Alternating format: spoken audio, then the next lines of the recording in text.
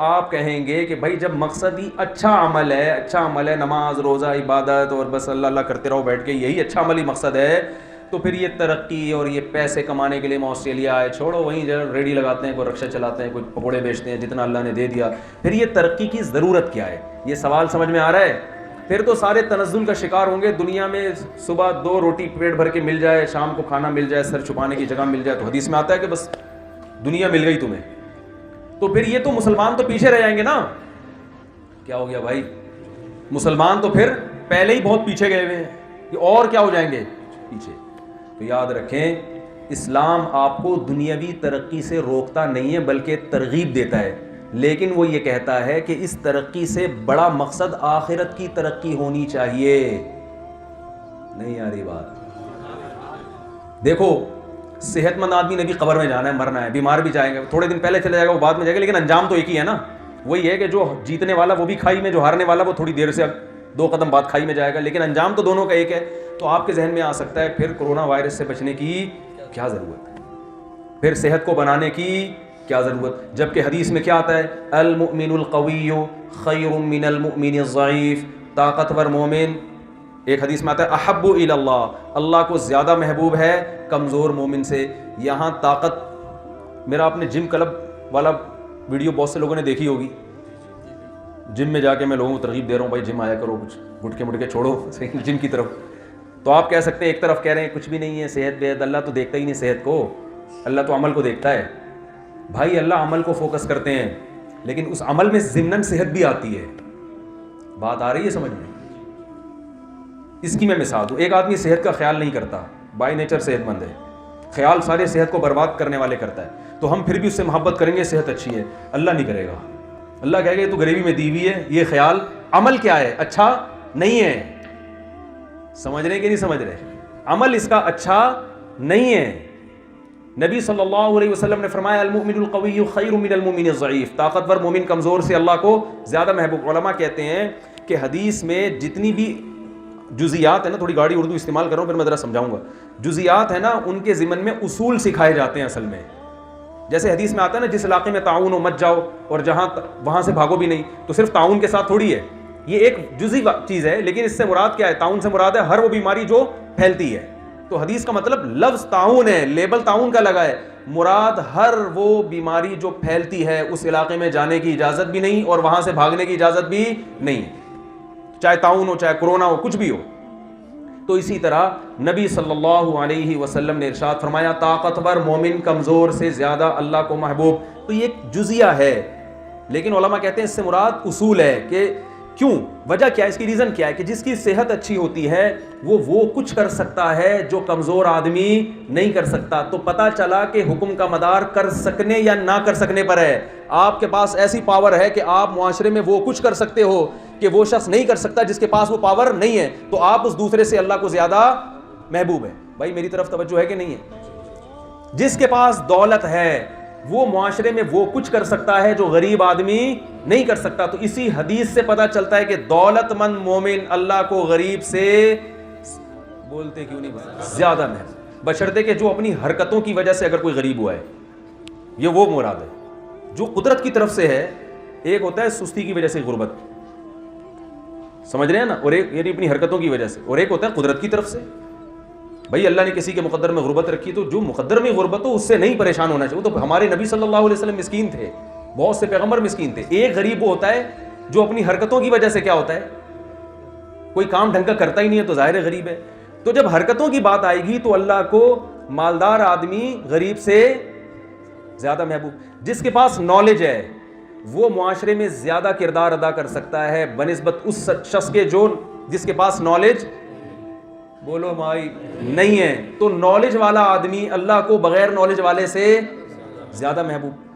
تو آپ نے ترقی کرنی ہے اس نیت سے. میں ایک اور حدیث سے بات سمجھا کے اپنی بات ختم کرتا ہوں. ایک صحابی درخت لگا رہے ہیں, جلدی جلدی حدیث بیان کرتا ہوں. رسول اللہ صلی اللہ علیہ وسلم نے فرمایا تم درخت لگا رہے ہو, تمہاری عمر پتہ نہیں, اس ان کا ہدف تھا درخت سے پھل کھانا. تو آپ نے ان کو فرمایا کہ پتہ نہیں اس سے پھل کھا سکو نہیں کھا سکو, تمہاری زندگی بھی اتنی ہے کیا؟ تو گویا ان کو درخت سے آپ نے روک دیا. لیکن دوسری طرف حدیث میں کیا آتا ہے, جس شخص نے درخت لگایا جب تک اس درخت سے چرند پرند کھاتے رہیں گے قبر میں بھی اس کو ثواب ملتا رہے.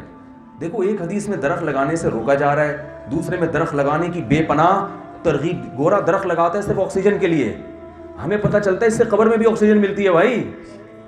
ہم دیکھو درخت ان لوگوں نے زیادہ لگائے ہوئے, ہم لوگ لگاتے ہی نہیں ہیں, حالانکہ ہمیں تو ان سے زیادہ درخت لگانے چاہیے نا اپنے ملکوں میں, یہاں بھی اور اپنے ملکوں میں بھی. کیا خیال ہے؟ ہمیں تو بتایا کہ لگا کے مر بھی گئے تو ضائع نہیں ہوگا, ضائع نہیں ہوگا بھائی. یہ تو پرندے بھی کھائیں گے, انسان تو دور کی بات, پرندے بھی کھائیں گے تو ثواب ملے گا. تو ایک حدیث میں درخت لگانے سے روکا جا رہا ہے, دوسری میں ترغیب دی جا رہی ہے. دو متضاد عمل ہیں. وجہ کیا ہے کہ ایک کا ویژن وہ ہے جو دنیا داروں کا ویژن ہوتا ہے اپنے لیے. تو ضروری نہیں ہے کہ آپ جو درخت لگا رہے ہو اس کا پھل کھاؤ, کیونکہ اس میں نقصان کیا ہوگا کہ پھل نہیں دیا تو ٹینشن, بکری کھا گئی تو ٹینشن, چوری کر کے لے گیا, بولو بھائی تو یہی ہو رہا ہے نا بھائی. یہ درخت ہی تو لگا رہے ہیں آپ, کوئی ڈاکٹر بننے کی کوشش کر کے درخت لگا رہے ہیں, اپنے آپ کو درخت بنا رہے ہیں وہ کہ یار میرا پھل لوگ کھائیں گے, لیکن لوگوں کو کھلانا مقصد نہیں ہے, مقصد پیسے کمانا. تو وہ اگر نہیں بن سکے گا وہ تو ٹینشن میں جائے گا, یا بن گیا لیکن ابھی پیشنٹ ہی نہیں آ رہے. کیا خیال ہے؟ یا پیشنٹ آ رہے ہیں لیکن وہ ساتھ میں جو کلینک ہے وہ زیادہ چل رہی ہے, تو یہ اس کی چل نہیں رہی, تو یہ ساری چیزیں کیا کریں گی؟ ٹینشن پیدا کریں گی. لیکن یہی نیت اگر آپ کی صحیح ہو جائے کہ بھائی میں درخت اس لیے لگا رہا ہوں کہ میں بھی کھاؤں گا, دنیا کو بھی کھلاؤں گا. مقصد کیا ہے؟ درخت لگانے والا اللہ کو پسند ہے, کیونکہ یہ خیر کا کام ہے نا. خیر الناس من ينفع الناس, حدیث میں آتا ہے سب سے بہتر وہ ہے جو لوگوں کو فائدہ پہنچائے. تو لوگوں کو فائدہ پہنچانے کے لیے جب آپ درخت لگائیں گے, کل بھی مر جائیں تو کوئی ٹینشن نہیں ہے. آپ کے اعمال میں اللہ نے دیکھ لیا ایکم احسن عملا, یہ اچھا عمل کر رہا ہے, تو جب آپ نے درخت لگایا اچھا عمل اللہ کے رجسٹرڈ میں رجسٹرڈ ہو گیا ہے, اللہ کے رجسٹر میں رجسٹرڈ ہو گیا ہے. اب آپ مر جائیں تو بھی ٹینشن نہیں ہے, اللہ نے دیکھ لیا بھائی اچھا عمل کر کے آیا ہے. اور اگر وہ درخت ختم ہو جائے تو بھی ٹینشن نہیں ہے, وہ اجر تو لکھ لیا نا, باقی رہے گا تو گریبی. گریبی سمجھتے ہیں نا, یہاں گریبی ہے, یہاں ہوٹلوں میں گریبی نہیں, کیا فائدہ, کیا فائدہ بھائی ایسی زندگی کا. اصل تو مزہ ہی گریبی میں شروع ہوتا ہے, ایسا ہی ہے نا, جو بونس ہوتا ہے نا اصل تو مزہ اس میں شروع ہو, وہ فری کی ہوتی ہے نا. وہ ایک آدمی گیا نا ہوٹل میں, کہنے لگا بھائی روٹی کتنے کی, ہاں اس نے کہا نہاری کتنے کی, اس نے کہا اتنے کی, بریانی کتنے کی, اتنے کی, اس نے کہا سلاد اور رائتا, اس نے کہا فری میں. کہا 6 سلاد 8 رائتے لے آؤ, 6 سلاد اور 8 رائتے لے. تو اب جس نے درخت لگایا اس کی نیت کیا ہے؟ اچھی ہے, تو اپنا بھی فائدہ ہوگا. اگر زندہ رہ گیا تو یہ اللہ کی نعمت ہے بھائی, پھل کھاؤ بیٹھ کے, نہیں تو بہرحال آخرت میں ذخیرہ. تو بھائی درخت کی مثال میں نے بتایا نا, حدیث میں جزیات جو ہوتے ہیں وہ اصل میں اصول اور قاعدے اور کلیات اور ضابطے بیان کیے جا رہے ہوتے ہیں. مطلب ہے کوئی بھی ایسا کام جس میں محنت کم ہو آؤٹ پٹ زیادہ ہو, اس کو فوکس کرو. درخت میں محنت کم ہے, ویسے خربوزے خرید کے لوگوں کو کھلاتے رہو, انویسٹمنٹ بھی زیادہ اور ٹائم بھی زیادہ. خربوزے کی بیل لگا دو بھائی, کیا خیال ہے, بیج پھینک دو, بیل ہی وہ کتنے لوگ کھاتے رہیں گے اس سے. تو نبی کا مطلب کیا ہوا کہ ایسا کام کرو جس کی خیر بہت زیادہ. تو آپ اگر ایجوکیشن میں ڈاکٹر بنتے ہیں تو ڈاکٹر بننے میں 4 5 6 سال لگیں گے, ہاؤس جاب وغیرہ ملا کے, فائدہ پوری زندگی لوگ اٹھائیں گے کہ نہیں اٹھائیں گے. تو آپ بھی ایک درخت ہیں جس کی خیریں لوگوں میں تقسیم ہوں گی. اس میں آخرت کی نیت کرو, پیسہ بھی کماؤ, ملے گا پیسہ بھی, نیت کیا کرو؟ آخرت کی. تو ایکم احسن عملا میں آپ بھی داخل ہو جاؤ گے. یہ مسلمانوں میں ایک بہت بڑا ٹیکنیکل قسم کا فالٹ یہ کرونا وائرس سے زیادہ خطرناک پیدا ہو گیا ہے کہ انہوں نے اچھے عمل کو صرف نماز روزہ میں محصور کر لیا ہے. تبھی جو زیادہ پکا نمازی ہوگا اتنا ہی گھر میں سب سے زیادہ معذرت کے ساتھ سست ہوگا وہ. یہ تو آپ لوگوں کے علاوہ کی بات کر رہا ہوں. گھر میں جو بچہ نمازی ہے نا سب سے زیادہ بیکار, بولو بھائی, وہ قوم کے کسی کام کا نہیں ہے, بوجھ بنا ہوا ہے. اسے آپ انڈے لینے کے لیے بھیجیں تو وہ چلا جائے گا, وہ کہیں اس میں لیٹ ہو جائے گا, وہ کسی کام کا نہیں. جو سب سے زیادہ نالائق ہوتا ہے نا وہ اکثر نمازی ہوتا ہے. نماز پڑھنا تو اسلام کا سب سے اہم ترین حکم ہے, اس میں تو دو رائے نہیں ہو سکتی, یہ تو پڑھنا ہی پڑھنا ہے.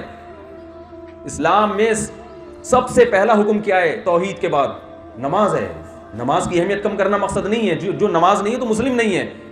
لیکن یہ کیا بلا ہے کہ بھائی جو نماز پڑھ رہے ہو معاملات میں زیرو, محنت ہے ہی نہیں, ترقی کا شوق ہی نہیں ہے. ہم نے تو ترقی کا شوق زیادہ ہونا چاہیے, کیونکہ ہماری ترقی میں تنزل ہے نہیں. ہم جس چیز میں ترقی کریں گے آخرت میں ہمارا شمار اللہ ہمیں وہ چیز دے دیں گے. اس میں ایسا نہیں ہے کہ وہ چیز ہم سے چھوٹ جائے.